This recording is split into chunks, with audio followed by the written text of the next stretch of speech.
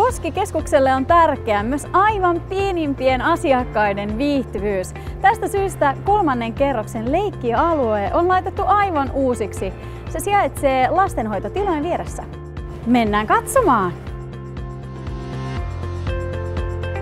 Hän haluaa mukaan! Joo, me mennään yhdessä.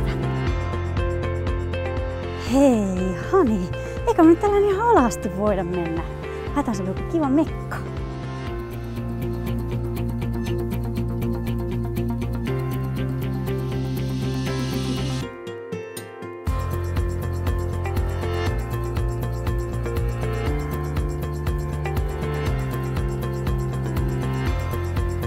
Juhu!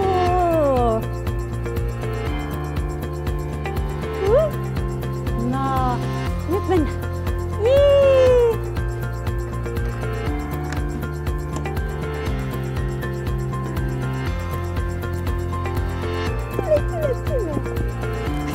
Hyvä! Hyvä!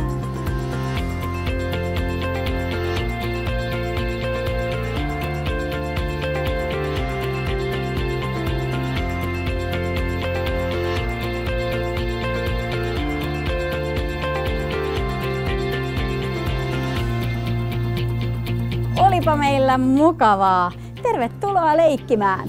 Uudistetun leikkialueen kunniaksi arvomme 50 € lahjakortin puularnopyrtille tai sitten tämän ponin. Kommentoi tämän videon alle Koskikeskuksen Facebook-sivulla kyllä tai ei, haluatko voittaa tämän ponin. Arvonta suoritetaan 26.4. Oikein paljon onnea arvontaan ja nähdään leikkialueella.